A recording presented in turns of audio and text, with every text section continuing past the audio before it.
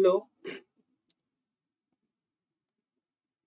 ये जो टॉपिक है यहाँ पर हम डिस्कस करने वाले हैं तुम लोगों को, ये जो सेकेंड ईयर के लड़के हैं, सेकेंड ईयर के जो स्टूडेंट्स हैं और जो अभी प्रमोट हो गए इन थर्ड ईयर, उनके लिए, और जो ऑलरेडी थर्ड ईयर में है उनके लिए, दोनों के लिए यूजफुल है। ये इलेक्ट्रोडायनामिक्स हमने स्टार्ट किया है और टाइमिंग का कुछ इशू हो जाता है, इसलिए रेगुलर लेक्चर्स नहीं बन पा रहे।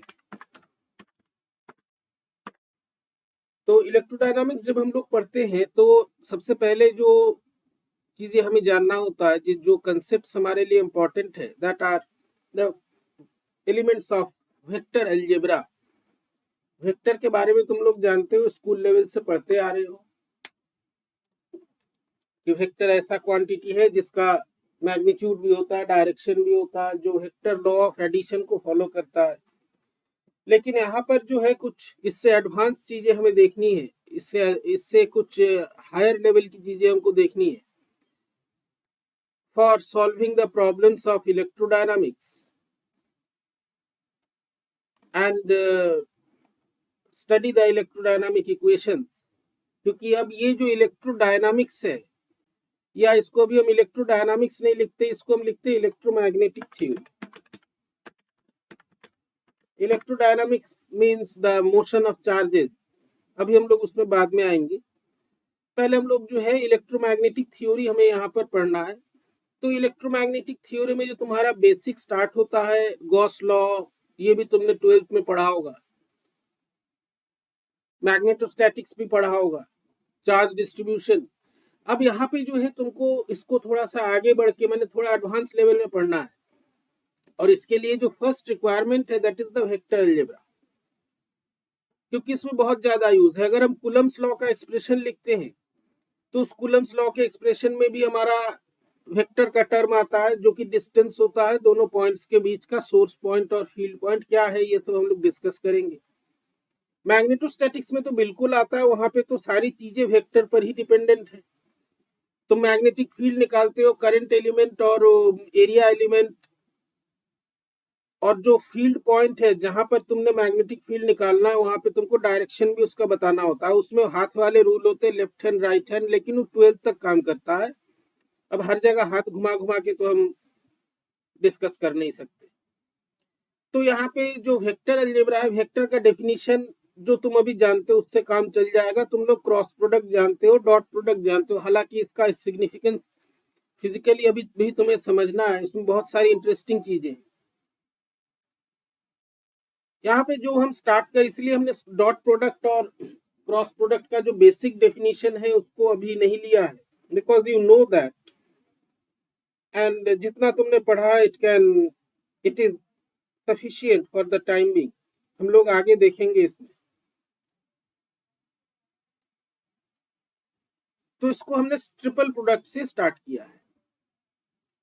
हमने नोट्स के स्नैप्स यहाँ पे बनाए हैं क्योंकि लिखने में थोड़ा ज्यादा समय जाता है, और ये this is all about equations. Equations को यहाँ पे लिखना बार बार स्नैप लेकर के, इट इज टाइम टेकिंग, तुम्हें भी बोरियत होने लगी। तो ये जो ट्रिपल प्रोडक्ट है, ट्रिपल माने होता है तीन प्रोडक्ट वेक्टर्स का प्रोडक्ट है। पहला है scalar triple product. Scalar product हम लोग जानते हैं ए डॉट बी होता है। The result of multiplication is a scalar quantity, जैसे वर्क, फोर्स डॉट डिस्प्लेसमेंट। ये जो स्केलर प्रोडक्ट होता है या डॉट प्रोडक्ट होता है, इसका सिग्निफिकेंस बहुत सारा है। क्या सिग्निफिकेंस है, यही समझना है तुम्हें। जब हम scalar product F dot D निकालते हैं वर्क, तो ये क्या होता है, कॉस थीटा होता है, और वो जो है 0 पर मैक्सिमम होता है। माने जब दोनों वेक्टर्स के बीच का एंगल 0 हो, जब पैरेलल हो, तब वो मैक्सिमम होता है। पैरेलल होने का मतलब है अलोंग द एक्सिस जब हम देख रहे हैं, इट इज मैक्सिमम। और जो जब दोनों वेक्टर्स आउट ऑफ फेज होते हैं, फेज हम वर्ड यूज कर रहे हैं, हम डिटेल बताएंगे, दोनों वेक्टर्स एक दूसरे के परपेंडिकुलर होते हैं, दोनों में कोई कोरिलेशन नहीं होता है, then the dot product is 0। ये डॉट प्रोडक्ट होता है। थोड़े बहुत नोट्स हम यहाँ पर भी लिखेंगे because some things need to be described in a detailed manner. Dot product gives a scalar quantity. ये जो है scalar quantity देता है। Example work. The product is such that it is maximum when the two vectors are parallel and is minimum when they are out of phase। हम यहाँ पे ये term use कर रहे हैं, इतना समझते होगे, हम इसको और डिटेल्स में तुमको बताएंगे। when they are out of phase और perpendicular, इसको एक और भाषा में हम कहते हैं, और they are uncorrelated। तो यहाँ पे ये डॉट प्रोडक्ट जो है ये मैक्सिमम देता है जब दोनों में कोरिलेशन होता है, जो दोनों सेम डायरेक्शन में। ये डायरेक्शन जो है ये वेक्टर्स जब हम पढ़ते हैं तो इसी के साथ रिलेटेड होता है कॉम्प्लेक्स नंबर, इसी के साथ रिलेटेड होता है phase. A quantity that has some numeric magnitude, मतलब होता है न्यूमेरिकल वैल्यू। एक ऐसा क्वांटिटी जिसकी एक न्यूमेरिकल वैल्यू है, जिसको हम एक नंबर में एक्सप्रेस कर सकते हैं। In addition there is some extra quantity जिसको तुम कहते हो direction. Same is true for complex number. अगर हम कोई कॉम्प्लेक्स नंबर लेते हैं, वेक्टर अलजेब्रा जो है इसमें कॉम्प्लेक्स नंबर का यूज होता है, a plus i b. a is the number real part मतलब that is the measurable part, जो हमको एक नंबर देता है, measurable part.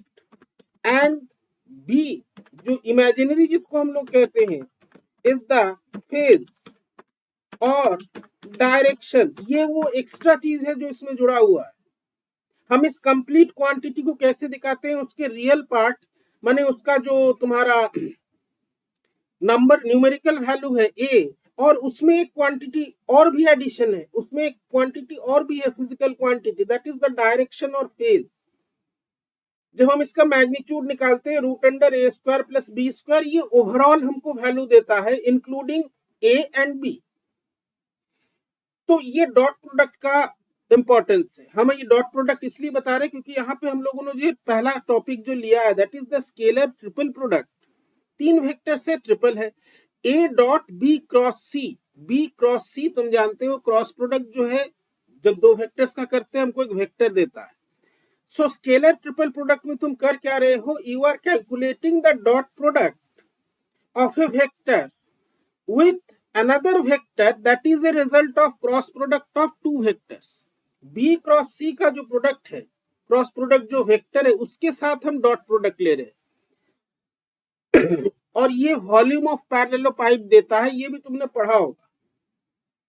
b cross c जो है ये एक वेक्टर देगा which will be perpendicular to both b and c। ये एक डायरेक्शन में वेक्टर दे रहा है which is perpendicular to b and c, और अलोंग दैट वेक्टर जो a के साथ जो डॉट प्रोडक्ट है that is the scalar triple product. ठीक है, the scalar triple product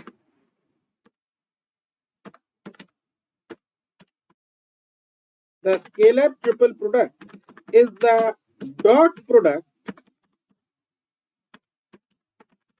of vector A with the vector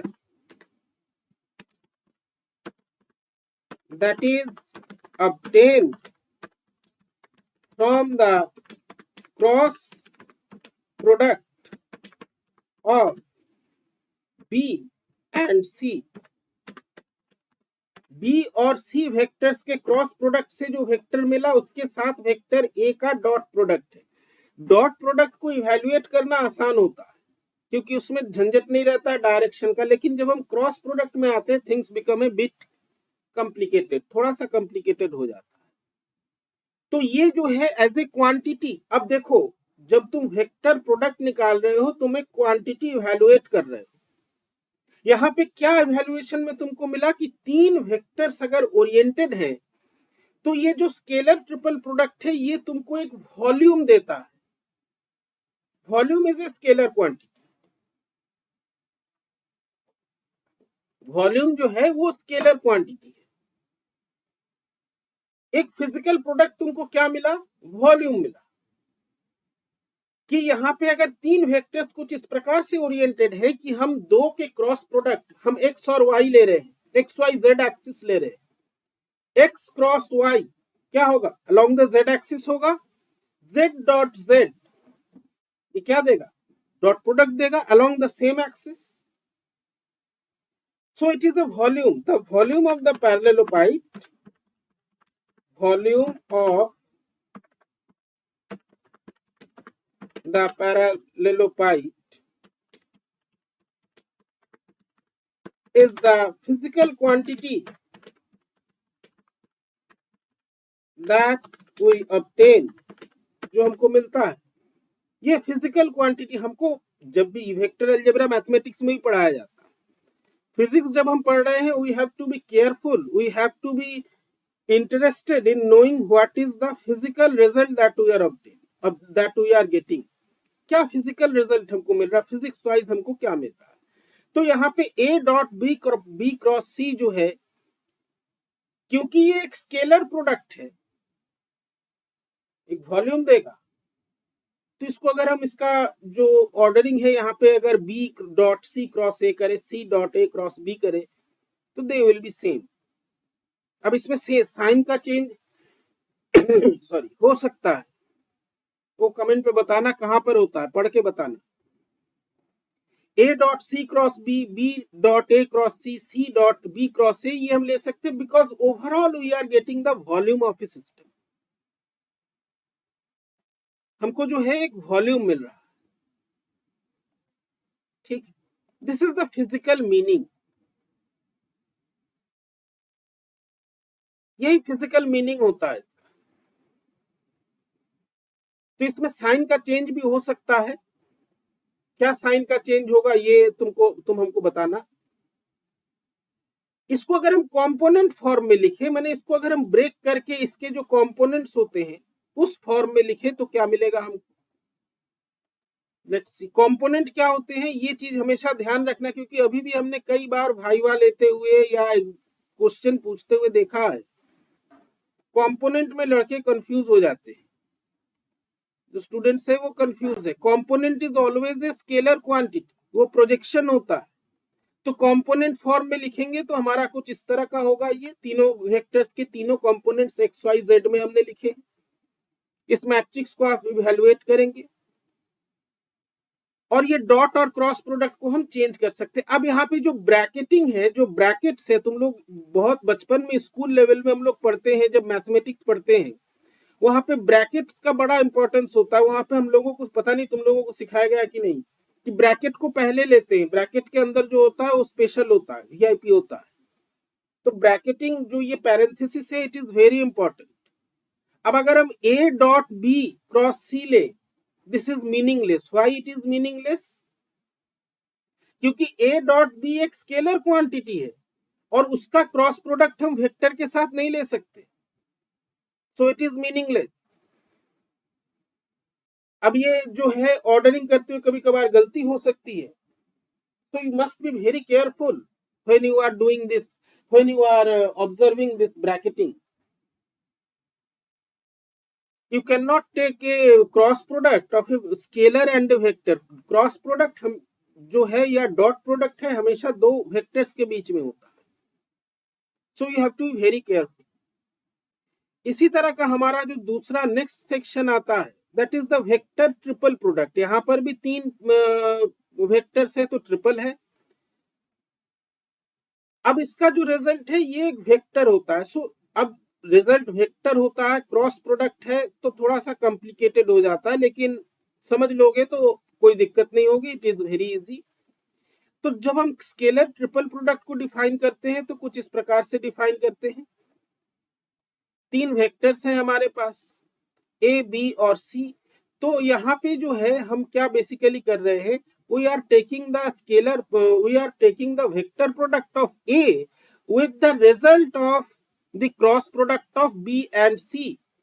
B cross C का जो प्रोडक्ट होगा वो एक वेक्टर होगा एक्स वाई जेड. तुम ऐसे समझो एक्स क्रॉस वाई, हम पॉजिटिव या नेगेटिव जेड जो भी इधर जिधर भी हो, right hand rule thumb rule होता है उससे तुम पता करो, और उसका क्रॉस प्रोडक्ट ले रहे हैं तीसरे के साथ. ठीक है. और यहाँ पे जो है एक रूल दिया जाता है B A C minus C A B rule. जैसे A cross B cross C है, you can write it B into, यहाँ पे डॉट नहीं है, A dot C minus C into A dot B. ये रूल है. ए क्रॉस बी ब्रैकेट में पहले ए, ब्रैकेट का मतलब है पहले ए क्रॉस बी को इवेल्युएट कर लिया क्रॉस प्रोडक्ट को, उस वेक्टर का क्रॉस प्रोडक्ट ले रहे हैं सी के साथ. तो ये जो है यहाँ पे साइन चेंज होगा, C A B minus C A B C इधर हो गया सी ए बी. और इसी को जो है हम लिख सकते हैं ए इंटू, यहाँ पे जो है जहां पे हमने कर्सर रखा है यहाँ पर डॉट नहीं है, वेक्टर है, बी डॉट सी वेक्टर, सी के ऊपर साइन छूट गया है. बी डॉट सी स्केलर देगा, एक नंबर देगा, हम एक नंबर को मल्टीप्लाई कर सकते हैं वेक्टर के साथ, कोई दिक्कत नहीं. क्रॉस प्रोडक्ट नहीं ले सकते, डॉट प्रोडक्ट नहीं ले सकते, मल्टीप्लाई तो कर ही सकते हैं, मैग्नीट्यूड बढ़ जाएगा उसका. तो यहाँ पे बेसिकली हम लोग क्या देख रहे हैं, क्या रहे हैं, B cross X Y Z अगर हम ले ले, एक्स क्रॉस वाई क्या हो जाएगा, ये पॉजिटिव या नेगेटिव जेड होगा. जेड क्रॉस जेड, तीसरा वेक्टर अगर जेड है, तीसरा वेक्टर अगर जेड है, बी क्रॉस सी अगर प्लस होता है, मैंने प्लस जेड की ओर जाता है या नेगेटिव जेड की ओर जाता है, तो उसका प्रोडक्ट जो है तीसरे वाले वेक्टर के साथ क्या होगा. This is we are evaluating. क्योंकि यहाँ पे सारे क्रॉस प्रोडक्ट से हम इसको वेक्टर ट्रिपल प्रोडक्ट बोलते हैं, और ये इसका रूल है इसको इवेल्युएट करने. तो ये जो दो वेक्टर्स है इसकी जरूरत हमको पड़ेगी, बहुत ज्यादा पड़ेगी पूरे इलेक्ट्रोडायनामिक्स में. और ये दो इसके डेफिनेशन से या इवेल्युएशन के तरीके हैं. अब सबसे इंपॉर्टेंट कुछ वेक्टर्स में हम लोग आते हैं जिसका हमको हर जगह जरूरत पड़ेगा. Position vector, separation vector and displacement vector. Position vector, separation vector, displacement vector, ये सबसे इंपॉर्टेंट क्वांटिटीज है तुम्हारा इलेक्ट्रोडायनामिक्स में. कैसे है हम बता रहे हैं. तो अगर हम पोजीशन वेक्टर की बात करें, पोजीशन वेक्टर तुम लोगों ने पढ़ा है इससे पहले भी. तो पोजीशन वेक्टर जो है, पोजीशन वेक्टर हम लोग कैसे निकालते हैं, पोजीशन वेक्टर होता क्या है. Position vector is something which describes और specifies the position of a point on a coordinate system. अगर हमारे पास X Y Z coordinate, X Y coordinate system है, तो हम किसी पॉइंट का जो कोऑर्डिनेट्स है उसको कैसे लिखते हैं, हम उसको लिखते हैं एक्स और वाई के टर्म्स में. एक एब्सिसा होता है, एक वाई कोऑर्डिनेट होता है, उसका भी कुछ एक नाम है, हमको याद नहीं आ रहा है. Ordinate, abscissa and ordinate. तो बेसिकली ये दोनों पॉइंट्स एक्स और वाई कोऑर्डिनेट्स क्या बताते हैं, एक्स और वाई कोऑर्डिनेट बताते हैं कि relative to the X axis, relative to the Y axis वो पॉइंट कहां पर है, कि एक्स एक्सिस से इतनी दूरी पर है, वाई एक्सिस से इतनी दूरी पर. तो पोजीशन वेक्टर जो है हम किसी भी रेफरेंस सिस्टम में, किसी भी कोऑर्डिनेट सिस्टम में, अगर हम फिजिक्स में सारी चीजें रिलेटिव होती है, हम बार बार ये तुम लोगों को ऑफलाइन में भी बताया है. अगर हम कह रहे हैं कि ये पॉइंट यहाँ पे है, ये लोकेशन है, हमारा घर कहाँ है, मंदिर के पास है, कौन हम डिफाइन कैसे कर रहे हैं, मंदिर के पास है. तो हम लोग जो भी डिफिनीशन देते हैं, स्पेसिफिकेशन करते हैं पॉइंट्स का या किसी भी चीज का with reference to a fix point. तो पोजीशन वेक्टर जो है ये एक ऐसा वेक्टर है, position vector define the position of a point relative to relative to the origin of a coordinate system, किसी कोऑर्डिनेट सिस्टम के रिलेटिव, उसके ओरिजिन से रिलेटिव हम दिखाते हैं जिस पॉइंट को, जिस वेक्टर से डिफाइन करते हैं उसको हम कहते हैं पोजीशन वेक्टर। तो यहाँ पे जो पोजीशन वेक्टर है जनरली इसको हम लोग आर से डिनोट करते हैं। This is a vector. जब हम इसको वेक्टर फॉर्म में लिखते हैं तो क्या क्या लिखेंगे इस पोजीशन वेक्टर, तब हम लोग प्रोजेक्शंस की बात करते हैं, कंपोनेंट्स की बात करते हैं। कंपोनेंट क्या है, प्रोजेक्शन क्या है, कि उस वेक्टर का कितना कंपोनेंट, उस वेक्टर का, वो वेक्टर जो है एक्स एक्सिस में उसका प्रोजेक्शन कहें या उसका पार्ट कहें, एकदम सिंपल लैंग्वेज, इससे ज्यादा सिंपल नहीं हो सकता। एक्स एक्सिस में कितना है, वाई एक्सिस में कितना है, जेड एक्सिस में कितना है। तो हम लोग जब पोजीशन लिखते हैं, पोजीशन डिस्क्राइब करते हैं पोजीशन वेक्टर को, हम लोग तीनों कंपोनेंट्स लिखते हैं, X Y Z. X Y Z they are scalar quantity, components are always scalar. हमने अभी भी लोगों को कंफ्यूज होते हुए देखा है, आर ऑलवेज स्केलर। अब इस स्केलर को, जैसे एक्स है, एक्स क्या स्केलर है, एक नंबर होगा, माने वो एक्स एक्सिस पे उसका प्रोजेक्शन दिखा रहा है। प्रोजेक्शन माने समझते हो, वो पूरे वाले जो वेक्टर है उसका कितना पार्ट एक्स एक्सिस में। अब वो एक्स एक्सिस को तुम आइडेंटिफाई कैसे करोगे, तो हम लोग यूनिट वेक्टर का यूज करते हैं। यूनिट वेक्टर माने ऐसा एक वेक्टर पढ़े होगे स्कूल में जिसका जो मैग्नीट्यूड है वो 1 होता है। अब ये 1 आया कैसे, वेक्टर अगर हमारा आर है, जिसको हम लोग यहाँ पे जैसे कर्सर हम रख रहे हैं, यहाँ पर ये एक्स वाई जेड है, X I Z Y J Z के, ये this is the total vector. इसका जो मैग्नीट्यूड क्या होगा, तीनों जो कंपोनेंट्स है उसका हम लोग स्क्वायर लेंगे और अंडर रूट करेंगे। ये स्क्वायर और अंडर रूट का भी बहुत इंपॉर्टेंट ये है, अब उतने में हम नहीं जाएंगे, मेन चीज हम बता दें, वो कभी और बताएंगे। ये हो गया, ये जो है this quantity it is the magnitude, ये मैग्नीट्यूड है, वैल्यू है। मैग्नीट्यूड माने न्यूमेरिकल वैल्यू, ये एक नंबर है, ध्यान से समझो। ये जो क्वांटिटी है this one is a number, ये तुमको नंबर देगा 1 2 3 4 5। अब जब तुम इसको यूनिट वेक्टर क्या होता है, यूनिट वेक्टर होता है वेक्टर ऑफ मैग्नीट्यूड 1। क्यों यूनिट वेक्टर यूज करते, डायरेक्शन बताने के लिए, कि तीनों हमारे जो एक्सिस है उस तीनों एक्सिस पे कितना पार्ट है इस वेक्टर का, वो बताने के लिए। तो यूनिट वेक्टर यूनिट 1 कब आता है, जब किसी चीज को अगर हम मैग्नीट्यूड से भाग लगा दे, 20/20 1। अब ये जो 20/20 तुम स्कूल में बचपन में करते थे, ये सिर्फ एक नंबर का करते थे। अब इस नंबर में बीएससी में आके इस नंबर के साथ कुछ और भी चीजें जुड़ी हुई है जिसको तुम कह रहे हो डायरेक्शन या फेज। तो ये जो पूरा वेक्टर है एक्स आई वाई जे जेड के,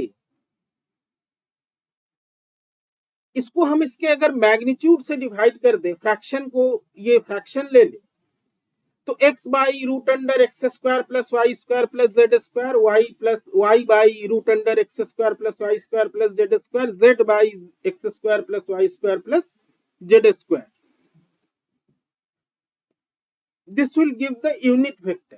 पूरे इसमें हम बेसिकली कर क्या रहे यूनिट वेक्टर निकालने में, सिंपल सा फ्रैक्शन कर रहे हैं। 10 बच्चे हैं, 50 चॉकलेट है, एक एक को कितना मिलेगा, 50/10, 5-5 मिलेगा। We are dividing the total magnitude along the 3 axis। Total जो वेक्टर का मैग्नीट्यूड है, इस नंबर को अब देखो यहीं पे, दिस इज द कंसेप्ट। एक जो ये root under X square plus Y square plus Z square है, ये एक नंबर है, इसको तुम 3 डायरेक्शंस में डिवाइड कर रहे हो। एक्स पार्ट में कितना गया, पूरे X square plus Y square plus Z square जो पूरा है उसका एक्स गया, वाई स्क्वायर वाई एक्सिस में वाई गया, जेड एक्सिस में जेड गया। you are dividing the whole magnitude of the vector.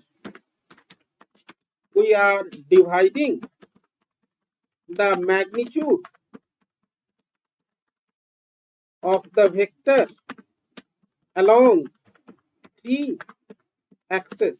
तीनों एक्सेस में हम इसको डिवाइड कर रहे हैं. This is how we get the unit vector. This is how we get the unit vector. इसी से हमको यूनिट वेक्टर मिलता है. This is the concept of unit vector. I think it is clear to you. तो ये जो unit vector हम लोग लिखते हैं, तो ओरिजिन से डिस्टेंस जो है, ये r जो है ओरिजिन से डिस्टेंस है, और ये हमने यूनिट वेक्टर लिखा. ठीक, ये तो हो गया पोजीशन. हम लोग पोजीशन की बात कर रहे थे. This is position vector. अब हमारा जो कोई फिजिकल सिस्टम है वो डिस्प्लेसमेंट हो रहा है. डिस्प्लेसमेंट हो रहा है तो हम लोग क्या करते हैं, एक इनफाइनाइट सेमियल डिस्प्लेसमेंट लेते हैं. इनफाइनाइट सेमियल का मतलब होता है वेरी स्मॉल डिस्प्लेसमेंट. माने हमारे कहने का मतलब ये है कि यहाँ पर जो हमारा पहले कोऑर्डिनेट XYZ था, अब इन तीनों कोऑर्डिनेट्स में थोड़ा थोड़ा चेंज हुआ. ये जो कंसेप्ट है ये अभी लग रहा होगा कि तुमको कि क्या पढ़ रहे हैं, ये तो पढ़ा हुआ है, बहुत सिंपल है, क्यों ये सब बता रहे हैं. यही छोटा सा जो डिस्प्लेसमेंट है, ये infinitesimal change in volume, in position, in any quantity, in density, कुछ भी हो, ये बहुत इंपॉर्टेंट है इवैल्यूएशन में. इवैल्यूएशन में तुम्हारा इवैल्यूएशन नहीं, कई सारे कंसेप्ट्स आते हैं स्टैटिस्टिकल मैकेनिक्स में, क्वांटम मैकेनिक्स में, जहां पे इसको हमको इवैल्यूएट करना होता है. इनफाइनाइट सेमियल चेंजेस, फिर हम उसको इवैल्यूएट करते हैं पूरे सिस्टम के लिए. सो दे आर वेरी इंपॉर्टेंट. ये देखने में आसान लग रहा है, पढ़ा हुआ तो सब कुछ होता है. अभी हम वेक्टर्स के बारे में, तो तुमने मैट्रिसेस भी पढ़ा है, अभी हम उसमें जो है आएंगे. एंड आई विल, अभी तो संभव नहीं है पूछना, हमने कई बार पूछा है. तुम हमें कमेंट में ये बताना कि मैट्रिसेस समझे थे, इससे पहले क्या समझे थे, अभी क्या समझो. अभी मैं आऊंगा अभी उसमें. I am coming to that point. तो यहाँ पे x है, y है, z है. x में थोड़ा सा चेंज होता है, शिफ्ट करके चला जाता है x to dx, y plus dy, z plus dz. तो ये जो इनफाइनाइट सेमियल वेक्टर है, इसीलिए इनफाइनाइट सेमियल है, I से नोट किया गया.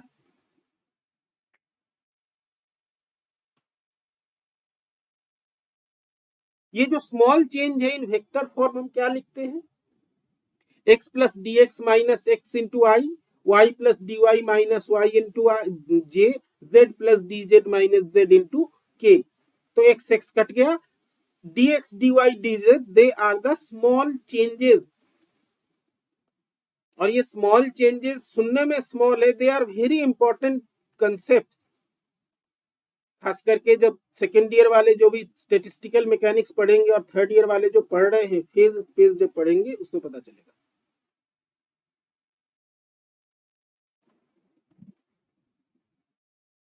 So this is the infinite semial vector या चेंज. ठीक, तो ये तीसरा है. अब हम लोग डिस्प्लेसमेंट वेक्टर की ओर आते हैं. और अब तुम जो वेक्टर पढ़े हो, तुम्हें अगर लगता है, क्योंकि अगर ये ऑफलाइन क्लास में हम लोग बताते हैं तो कई बार कहा जाता है कि ये सब तो पढ़ा हुआ है, बाद का क्लास करेंगे.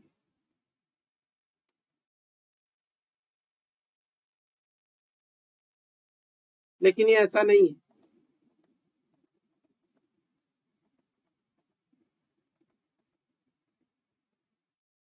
This is very important. अब इसके बाद जो है, पहले डिस्प्लेसमेंट से पहले हम लोग ये पोजीशन वेक्टर का इंपॉर्टेंस समझ लेते हैं. इलेक्ट्रोडायनामिक्स जब तुम पढ़ने वाले हो, इसमें क्या है,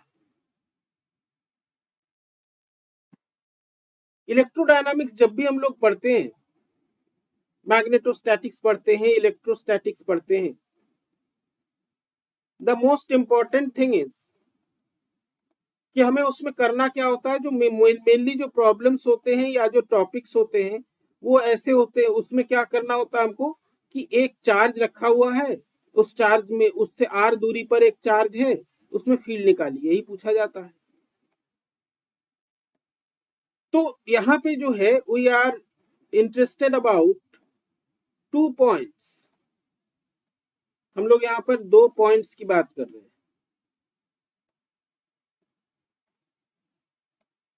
ठीक, इलेक्ट्रोस्टैटिक्स हो चाहे मैग्नेटोस्टैटिक्स हो, इसमें ये 2 पॉइंट बहुत इंपॉर्टेंट होते हैं। एक होता है सोर्स पॉइंट, सोर्स पॉइंट माने जहां पे तुम्हारा चार्ज या करंट एलिमेंट या मैग्नेट का पोल रखा हुआ है, that is the source point.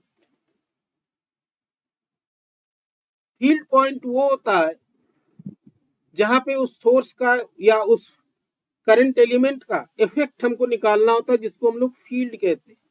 Field का डेफिनेशन भी बताया जाएगा इन कमिंग लेक्चर्स।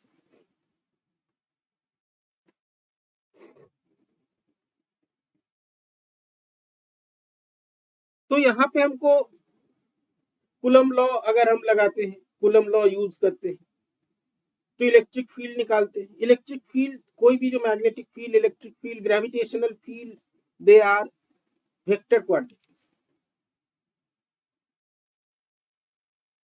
तो यहाँ पे जो है हमको ये जो डिफरेंस है या जो चेंज है वेक्टर्स में, पोजीशन वेक्टर्स में change, that is very important. तो यहाँ पे आर जो है, R is the position vector of the source point, जहां पर पॉइंट पी या कोई भी पॉइंट जहां पर चार्ज या करंट एलिमेंट रखा हुआ है, उसका पोजीशन वेक्टर है with respect to the origin. R dash क्या है, R dash is the field point. यहाँ पे हम लिख देते हैं तुम्हारी सुविधा के लिए, आर डैश जो है वो फील्ड पॉइंट, आर जो है वो सोर्स पॉइंट। अब हमको अगर वेक्टर कोई क्वांटिटी, वेक्टर क्वांटिटी कैलकुलेट करना, R is the source point and R dash is the field point, जहां पे हमको फील्ड निकालना या इफेक्ट निकालना। तो आर स्क्वायर एक आता है inverse square law, Coulomb's law में, तो हमको आर वो तो डिस्टेंस हो गया। जब हम वेक्टर फॉर्म में लिखते हैं, फील्ड निकालना है, field is a vector quantity. तो वेक्टर हमको ये दिखाना है कि इन दोनों का जो डिफरेंस है,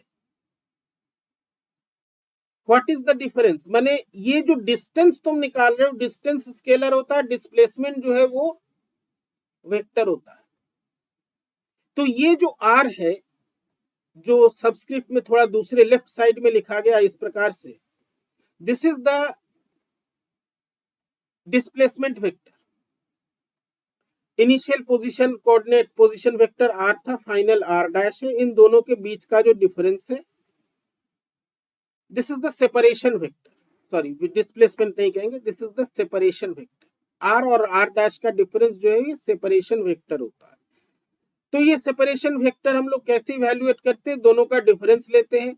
अगर आर के कोऑर्डिनेट्स एक्स वाई जेड है, इसके X dash Y dash Z dash है, तो X minus X dash Y minus Y dash Z minus Z dash, ये वेक्टर हुआ आई जे के साथ। यूनिट वेक्टर कैसे करेंगे, तो इसका जो मैग्नीट्यूड होगा इस वेक्टर से डिवाइड कर देंगे, माने ये R minus R dash divided by magnitude, माने root under X minus X dash square plus Y minus Y dash square plus Z minus Z dash square. So this is the unit vector. ये हमको बताता है कि field का direction क्या है, and this is very important when you are doing electrodynamics या electromagnetic theory.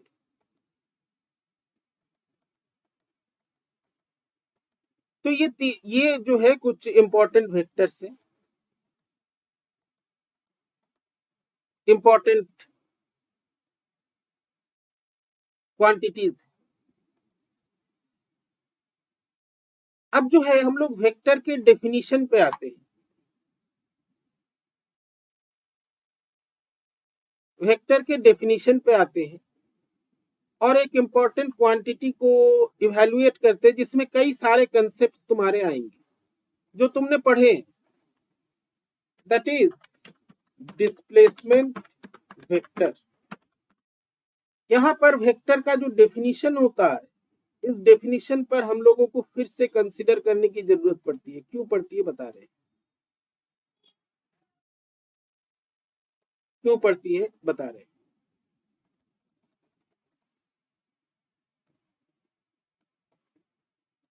तो यहाँ पे हम ये एक डायग्राम अभी चलो बाद में देंगे। हम लोग वेक्टर का क्या डेफिनेशन जानते हैं कि वो जो है एक ऐसा क्वांटिटी होता है जिसमें एक मैग्नीट्यूड होता है, मतलब न्यूमेरिकल वैल्यू होता है।